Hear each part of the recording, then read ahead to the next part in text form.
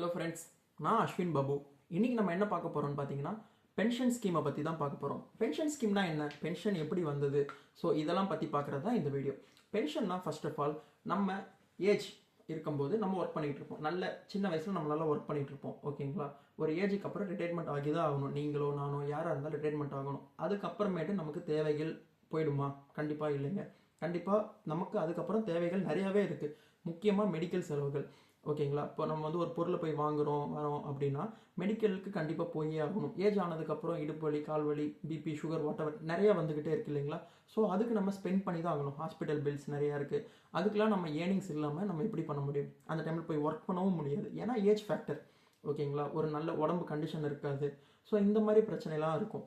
So அதுக்காக தான் ஒரு பென்ஷன் ஒரு ஸ்கீம் வந்து கொண்டு வந்தாங்க. சரி, யார் கொண்டு வந்தாங்க, எப்போ கொண்டு வந்தாங்க, ஓகேங்களா. 1889 ஜெர்மனில் தான் ஃபஸ்ட்டு இந்த பென்ஷன்ற ஸ்கீமையை இன்ட்ரடியூஸ் பண்ணுறாங்க. ஸோ அங்கே வந்து பார்த்திங்கன்னா ஒரு மிகப்பெரிய பிரச்சனை வருது. யாரெல்லாம் வந்து ரிட்டையர்மெண்ட் ஆகினதுக்கப்புறம் ரொம்பவே கஷ்டப்படுறாங்க. ஒரு இடத்துக்கு போய் ஒர்க் பண்ண முடியல, இன்னொரு இடத்துல போய் ஒர்க் கேட்டாலும் கொடுக்க மாட்டாங்க. யார் ரொம்ப வயசானவங்களுக்கு யார் ஒர்க் கொடுப்பாங்க? ஸோ அந்த மாதிரி இஷ்யூவும் இருக்குது. அப்படியே எடுத்தாலும் எக்ஸ்பீரியன்ஸ்டு பர்சனில் எடுத்தாலுமே கூட அவங்களால ஒர்க் பண்ணி ஆகணும். அது ரொம்ப கஷ்டமான விஷயம் இல்லைங்களா. ஸோ அதனால் ஒர்க் பண்ண முடியலன்னா அவங்களே ரிட்டையர் ஆகிறாங்க. ஸோ அவங்க வந்து அன்றாட தேவைகளை பூர்த்தி பண்ண முடியல. சேவிங்ஸ், சின்ன சின்ன சேவிங்ஸ் வச்சுருப்பாங்க, அதை வச்சு ஒன்றுமே பண்ண முடியாது. கொஞ்சம் நாளைக்கு அப்புறம் அதுவும் முடிஞ்சு போயிடும். அவங்களால ஒரு பொருளை போய் வாங்க முடியல.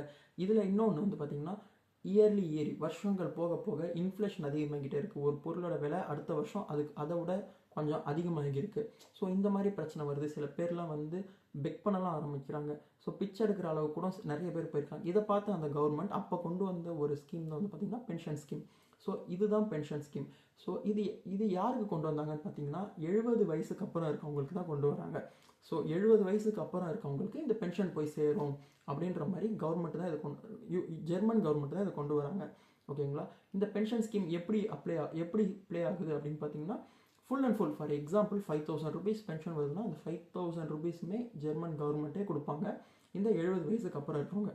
இப்போது இந்தியா பக்கம் வருவோம், ஓகேங்களா. இந்தியாவில் ஒரு மெயினான பிரச்சனை என்னென்னா நம்மளுடைய சராசரி வாழ்க்கையே வந்து பார்த்திங்கன்னா 70க்கு மேலே இருக்கிறது இல்லை.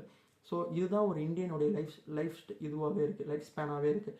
ஸோ அந்த டைமில் சரி இந்தியாவுக்குள்ளே எப்படி வந்தது? இந்த மாதிரி பிரிட்டிஷ் வந்து ரூல் பண்ணும்போது தான் இந்தியாவுக்குள்ளே இந்த ஸ்கீம் உள்ளே வருது.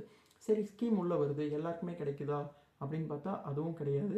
இது யாருக்கெல்லாம் பார்த்தீங்கன்னா கவர்மெண்ட் அஃபிஷியல்ஸ், ஓகேங்களா. கவர்மெண்ட் ஆஃபீஸர்ஸ், கவர்மெண்ட் அஃபிஷியல்ஸ், இந்த டாப் பொசிஷனில் இருக்கவங்களுக்கு மட்டும்தான் கிடைக்குது. அது மட்டும் இல்லாமல் அதுக்கு அடுத்த கட்டமாக பார்த்தீங்கன்னா மிலிட்ரி ஆஃபீஸர்ஸ். ஸோ இவங்களுக்கு வந்து இந்த ஸ்கீம் வந்து அப்ளை ஆகுது. ஸோ அவங்களுக்கும் வந்து கொடுக்கப்படுது. ஸோ ஆஃப்டர் இண்டிபெண்டன்ஸ் பார்த்தீங்கன்னா இந்த ஸ்கீம் வந்து போக போக நிறையா கொடுக்க முடியல. ஏன்னா மற்ற கண்ட்ரிக்கு ஓகே, நம்ம கண்ட்ரிக்கு வந்து பார்த்திங்கன்னா மக்கள் தொகை ரொம்ப அதிகம், எம்ப்ளாய்மெண்ட்ஸ் அதிகமாக இருக்கும், எம்ப்ளாயிஸ் நிறைய பேர் இருக்காங்க, கவர்மெண்ட் எம்ப்ளாயிஸ். ஸோ அப்படி இருக்கும்போது வருஷங்கள் போக போக நிறைய பேர் ரிட்டையர்ட் ஆகிக்கிட்டே போகிறாங்க. அவங்களுக்கு வந்து கவர்மெண்ட்லேருந்து பெரிய அமௌண்ட் ஒதுக்க வேண்டியதாக இருக்குது பென்ஷனுக்காக மட்டுமே. ஸோ அவங்க எந்த ஒரு இன்புட்டும் கவர்மெண்ட்டுக்கு தரதில்லை, பட் ஆனால் அவுட்புட்டாக பென்ஷன் மட்டும் நிறையா போய்கிட்டு இருக்கு. ஸோ நான் அந்த பென்ஷன் தப்புன்னு சொல்ல வரல, ஃபேக்ட் இதுதான் நடந்திருக்கு, ஓகேங்களா. இப்போ தான் 1990s எல்லா ஹையர் அஃபிஷியல்ஸ், கவர்மெண்ட் ஆஃபீஷியல்ஸ் எல்லாருமே வந்து இது மாதிரியே போய்கிட்டு இருந்துச்சுன்னா கண்டிப்பாக கவர்மெண்ட் திவால் ஆகும் அப்படின்னு சொல்லி அவங்க வந்து இந்த 2004 வந்து ஒரு ஸ்கீம் கொண்டு வராங்க, கான்ட்ரிபியூஷன் பென்ஷன் ஸ்கீம். ஸோ இதுதான் நியூ பென்ஷன் ஸ்கீம் ஒன்று கொண்டு வராங்க. இது இது வந்து எப்படி ஆக்ட் ஆகும்னு பார்த்தீங்கன்னா, ஃபார் எக்ஸாம்பிள் 5000 பென்ஷன் அப்படின்னா கான்ட்ரிபியூட் பண்ணணும். ஃபுல்லாகவே கவர்மெண்ட்டே தராது. நம்மளுடைய மக்கள் யார் எம்ப்ளாயிஸ் யார் ஒர்க் பண்ணுறாங்களோ அவங்களும் வந்து 2500 வந்து ஒர்க் பண்ணும்போது, ஃபார் எக்ஸாம்பிளுக்கு 2500 சொல்கிறோம், 5000லேருந்து 2500 கவர்மெண்ட் சைடும் வரும், நம்மளும் வந்து 2500 கொடுக்கணும். ஸோ இந்த மாதிரி மந்த்லி வர சேலரிலேருந்து டிடெக்ட் பண்ணி ரிட்டையர்மெண்ட்டுக்கு அப்புறமா கிடைக்கிறது தான் ஒரு பென்ஷன். ஸோ இதை கொண்டு வந்துட்டு இருந்தாங்க. இதுலேயும் சேம் அதே தான் ஃபாலோ பண்ணிட்டு இருந்தாங்க.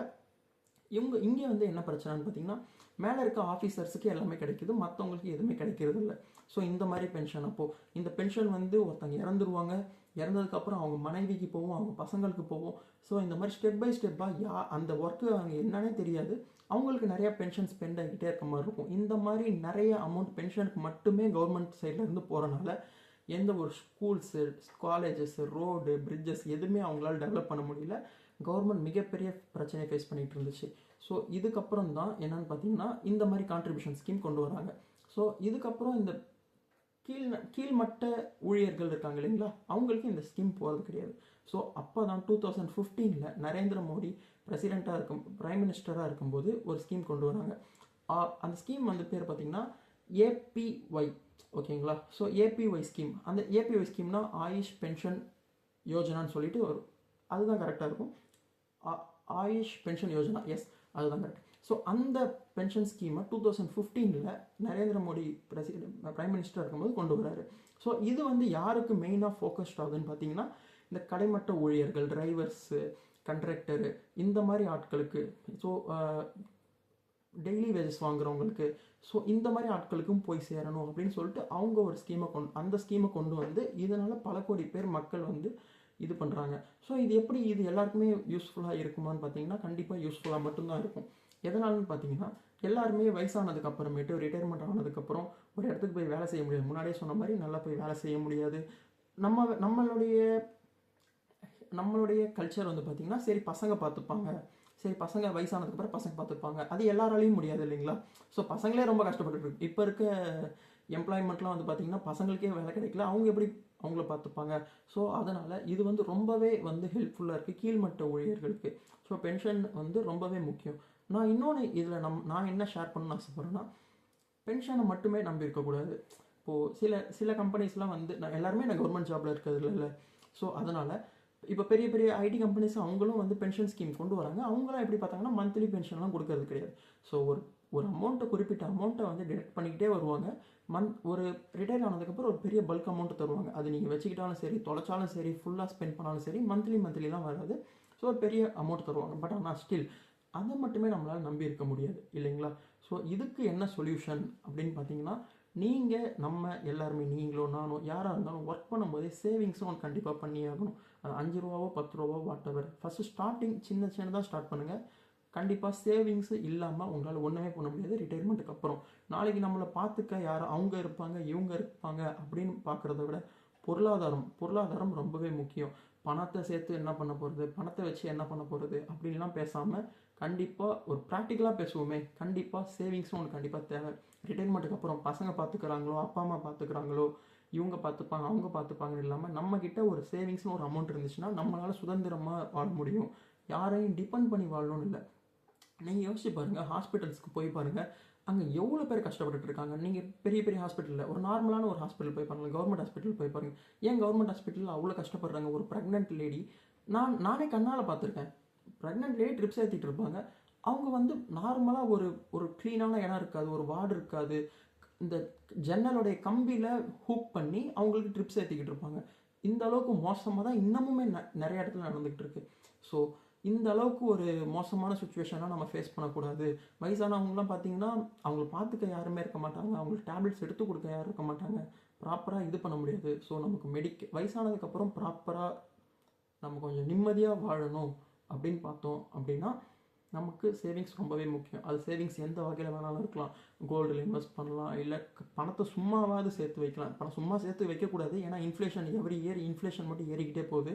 ஸோ பணத்தை சும்மா சேர்த்து கூட இன்வெஸ்ட் பண்ணி ஆகணும். ஒன்று ஸ்டாக் மார்க்கெட்டில் இன்வெஸ்ட் பண்ணுங்கள், இல்லை பாண்ட் மார்க்கெட்டில் இன்வெஸ்ட் பண்ணுங்கள். அட்லீஸ்ட் எஃப்டியாவது போட்டு வைங்க. எஃப்டி இது மாதிரி ஏதாவது ஒன்று சிப் பண்ணலாம், எஸ்ஐபி பண்ணலாம், ஏதாவது ஒன்று பண்ணலாம்.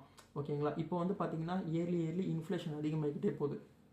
நம்மளுடைய நாடு வந்து பார்த்திங்கன்னா, ஃபார் எக்ஸாம்பிள் இந்தியாவை சும்மா ஒரு அவுட்லைன் மட்டுமே சொல்கிறேனே, இந்தியாவை மட்டுமே எடுத்துக்கோங்க. ஃபார் எக்ஸாம்பிள் யூஎஸோட மார்க்கெட்டுக்கு, யூஎஸோடைய ரேட்டுக்கு கம்பேர் பண்ணும்போது நம்மளது வந்து இப்போ அரௌண்ட் ஒரு 98, 99 அரௌண்ட் அந்த இடத்துல இருக்குது.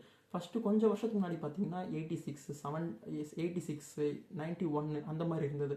ஸோ ஏஷியாவில் இருக்க எல்லா கண்ட்ரியுமே டாலருக்கு அகெயின்ஸ்டாக சூப்பராக பர்ஃபார்ம் பண்ணிட்டு இருக்கும்போது இந்தியாவுடைய இது ரொம்பவே கம்மியாக இருக்குது. இதில் வேற வந்து பார்த்திங்கன்னா நம்மளுடைய மத்திய அரசுலேருந்து என்ன சொல்கிறாங்கன்னு பார்த்தீங்கன்னா, இங்கே இன்ஃப்ளேஷனே இல்லை, இன்ஃப்ளேஷனே கிடையாது அப்படின்னு சொல்லியிருக்காங்க. இன்ஃப்ளேஷனே கிடையாதுன்னா ஏன் எஃப்ஐஎஸ் எல்லாருமே விற்றுட்டு போகிறாங்க? ஸோ ஓகே, இது அவுட் ஆஃப் டாபிக். இதை பற்றி நம்ம வேறு ஒரு வீடியோவில் பார்ப்போம். பட் ஸ்டில் நான் இங்கே இந்த வீடியோவில் சொல்ல வந்தது என்னென்னு பார்த்தீங்கன்னா, பென்ஷன் ஸ்கீம் பற்றி சொன்னது.